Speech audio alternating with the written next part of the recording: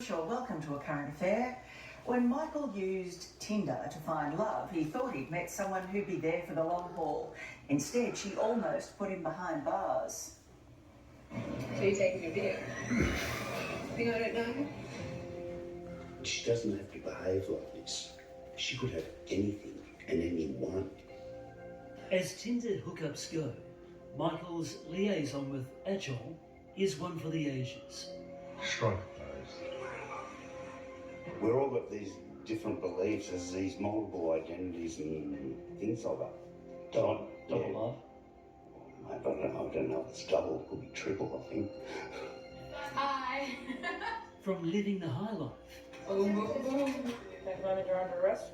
to languishing in a police lockup. Seriously, I just got to say.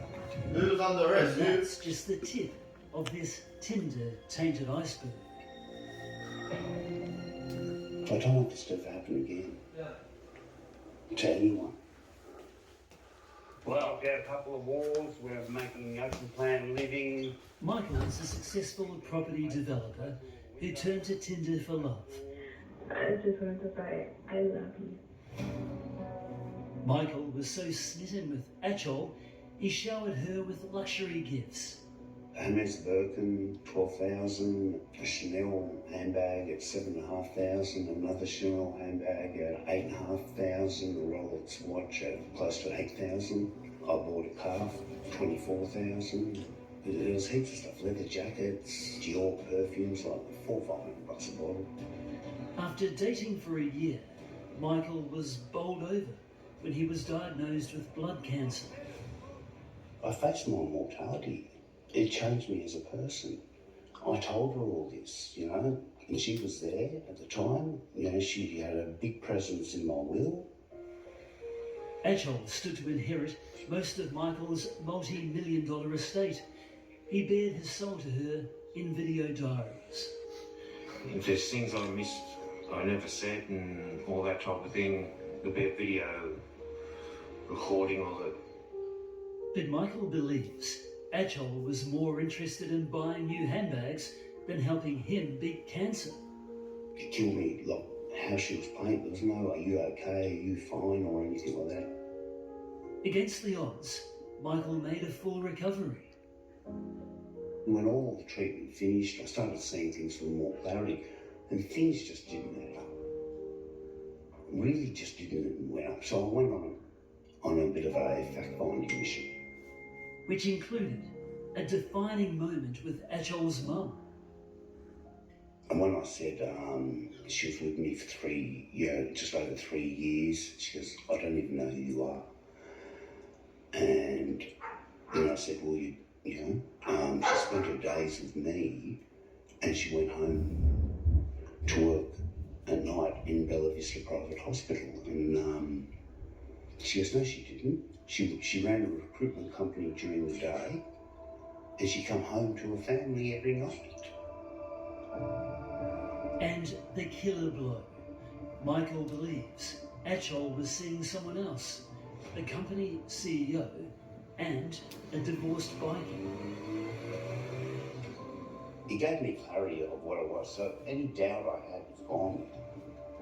After splashing the cash on Achol, Michael was hurt and wanted some of it back, which is where this story takes a very nasty turn. Stop. When Michael filed a civil case against Achol. 2 days after she was served from the local court, or 3 days after, the cops knocked on my door and issued me an AVR. I'm just saying, just so you know, if you did breach it, you get arrested. Michael didn't breach the AVO. He didn't have time to. A couple of hours later, they came back and arrested me. At the moment, you're under arrest. Threw me in the back of the paddy wagon, put me in the lockup for 5 hours. I'll explain it to you, and then we can... my phone, because I want you. I'll go take it off you now. Yeah, good. Because I want you to go your keys through as it. well. Michael was hit with stalking charges. Did you ever stalk her? Never. Never. I don't have much left in this life. I've got money and my reputation, and no one's going to take my reputation. That's one thing I'll stand up for. Michael is an old soul. He's a very kind man. He's a decent man. Criminal defence lawyer Daniel Hacken was hired to clear Michael's name and help him avoid up to 7 years in jail.